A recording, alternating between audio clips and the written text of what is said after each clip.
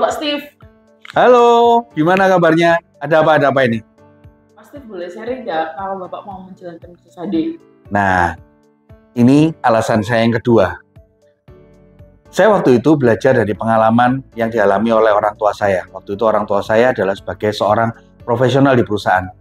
Pada waktu beliau bekerja di perusahaan tersebut, beliau dijanjikan beliau akan mendapatkan uang pensiun sebesar 200 juta.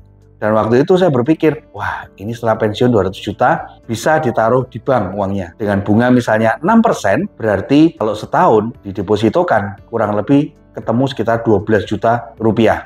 Nah kalau dibagi 12 bulan berarti per bulannya ketemunya apa? 1 juta per bulan.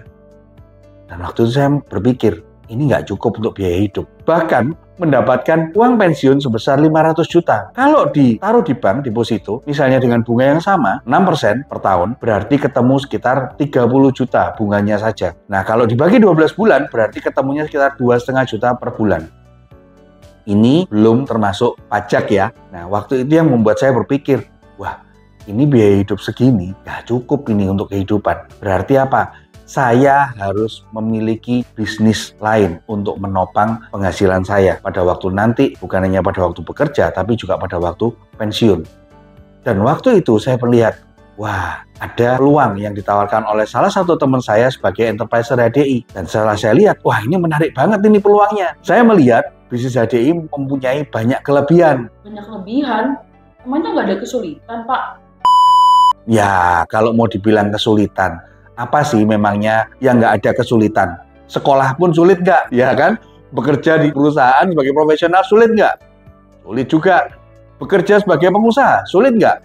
Sulit juga. Ya semuanya pasti ada kesulitannya. Tapi waktu itu yang saya lihat apa? Wah ini peluangnya sangat besar nih. Ya, yang pertama adalah apa? Potensi dari bisnis ini. Potensi bisnis ini besar sekali. Kalau bagi Anda yang belum tahu, Anda cek ya. Ini potensi penghasilannya. Yang kedua adalah mengenai apa? Area pemasarannya yang bebas. Dan waktu itu saya sempat bertemu dengan beberapa teman saya, mereka pengusaha sebagai distributor, sebagai agen suatu produk. Mereka semua bercerita bahwa apa? Bisnis yang mereka kembangkan hari ini ada pembatasan wilayah.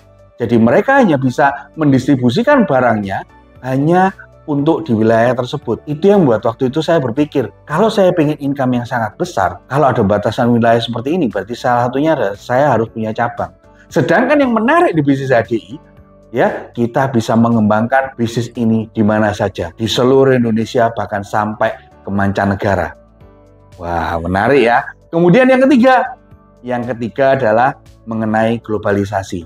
Seperti Anda tahu, kalau sebagai seorang profesional, globalisasi berarti hari ini ada banyak tenaga kerja asing yang masuk ke Indonesia.